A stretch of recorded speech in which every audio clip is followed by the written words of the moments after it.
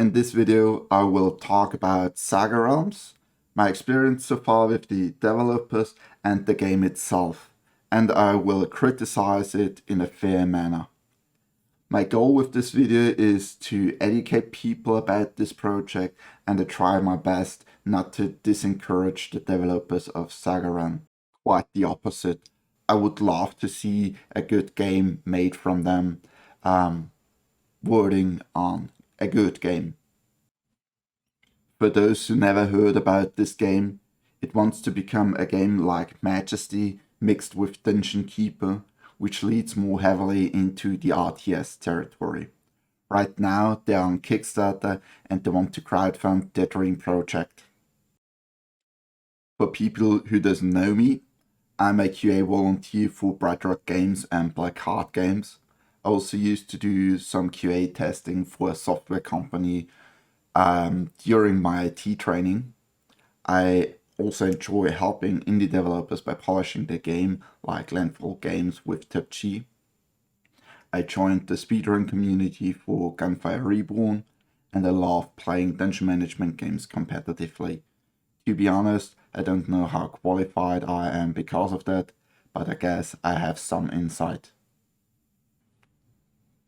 I have been in contact with the project lead, Patrick, since February, and I've been actively following this project for 11 months now.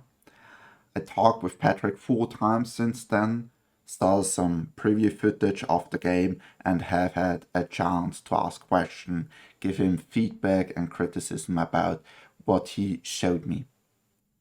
He has been open about answering questions and also gave me permission to make a video about the game. Unfortunately, however, his answers are often vague, or he lies, or he promises he can't keep. Things you can already see, he does give a clear answer about. Everything else, I don't know. It does sound like I dislike him personally, but that's not the case. I actually feel like he's a very likable person, and that's why, yeah, I'm making this video, because I want him to do better. Let's go back a little bit. What do I mean with the vague questions? For example, I asked him how many people working actively on Saga. It was clear there are 2 full-time developers on it, perhaps including himself, 2 part-time people, and some other which are working on modeling, website and whatnot. My guess is that only Patrick and Speedy24 are working on this project. And there's also a fella called Bellas who might also do something for this project. But whatever the number he told me back then was, it's definitely not true. I also asked him how he would finance this and what if Kickstarter succeeds or not. And his answer was quite vague, which looked to me like there's no plan B. If it does not succeed, it will not succeed. I actually felt bad for him that I asked him such questions. So why do I think he's lying? He claimed that certain people are working for him on modeling or sound design or animation, but as far as I can tell, there are no such people who do that for him, at least not dedicated people. I even asked a 3D artist where they used some models for the game, and the artist claimed to have no knowledge of them or the game. Patrick also told me that there was a guy who created their website and he also got in contact with him. Once again, I believe this may be a lie, as the website seems very basic rather than a work of a professional web developer. Combined with all the previous vague answers I've heard, this leads me to believe there may be some dishonesty for the sake of wanting this project to be further along in the development than it currently is. I got the feeling that he wants to present himself and the project in a positive way in the public, so exaggerated rather than outright intending to lie. The list of promises he just gave me is almost endless. And everything you see and hear here are just promises that so far he has shown very little ability to back it up. He sets the bar so high that disappointment is a 100% guarantee, and here are some examples. Back in April, that the website will get an overhaul and the text will be changed. Not a single thing has been changed there, and it's almost a year by now. He also promised me that I get access to a playable demo in 2 weeks, once again in April. And to date, I've never received anything from him, which is fine, but that's a promise he gave me. That there will be a playable demo on Kickstarter, but currently there's no demo. I also criticized the excessive use of purchased assets, which due to the mix and match nature doesn't create a coherent art design for this game. He originally told me that those assets are temporary, but has now changed his answer, and he told me that the game is almost finished, and at this point in time the only asset which I can see has changed is only the dungeon core asset. That being said, even there I've doubts because the writings on the basement of this asset isn't linked in any way to this world, but to be fair, I haven't found that asset in any asset store. So let's come to my critic points. First off, the excessive use of assets. There's nothing wrong with using assets from the asset store for pre-production. That's a phase before alpha. You might see some assets still in the alpha, but in the beta they are usually gone unless they fit the project. But in this game as it stands, we have an incoherent art style with a mix of assets which don't look like they belong in the same universe. There will also be other issues, including numerous problematic animations in the game, such as attack animations being reused as an eating animation, sleeping animations being identical to the death animation, and so on. Additionally, the polygon count, budget, and general design of the game units are not well suited for an RTS game, including the choice to the textures, which include lots of intricate details which cannot be seen from the game intentional top-down view, but also look washed out from far. The speed of development is another important point. I don't want to say that they should work faster, actually quite the opposite, that they should take their bloody time to make a playable alpha.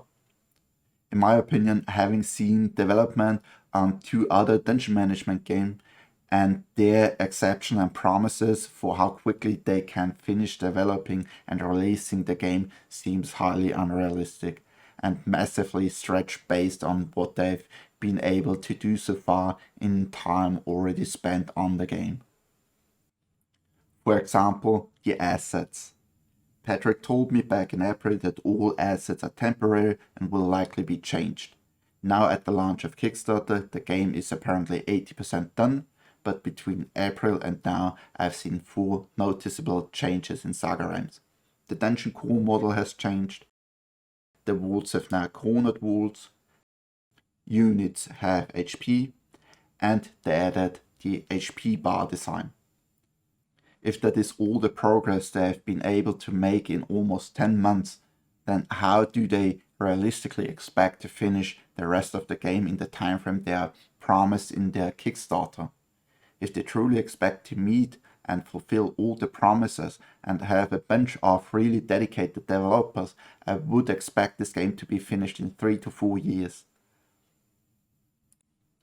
Whilst I feel like the game is a cool hobbyist project, and it's awesome that they attempt to make a game, I also think that their inexperience and lack of clear design vision has caused them to completely underestimate the amount of work still ahead of them to turn something playable into an actual good game. In short, they need more time and manpower and need to be honest about the reality of their situation. So let's continue with their website. Most of the text you see is suspiciously similar, if not outright copied from other places. Here are some examples. While editing, I noticed that if I would show just a small fraction of all the similarities or copy text. That would take far too long for this video, so here's the list. I will also create the link in the description or just pause the video so you can look it up for yourself. Though I also noticed some of the tags got cut. Additionally, I also want to give them credit where credit is due, because all the images they have on the website is original art. Let's go to their YouTube channel. Back in February, I told them via YouTube comment on their trailer video that the forum doesn't work. Patrick created an account that day to respond, saying that he is able to access the forum. It might be an issue on my side. That felt quite dishonest, as the issue was definitely with their forum. He also uses that account to comment on his own YouTube videos to make it look busier. But to be honest, from an economic standpoint, it makes sense.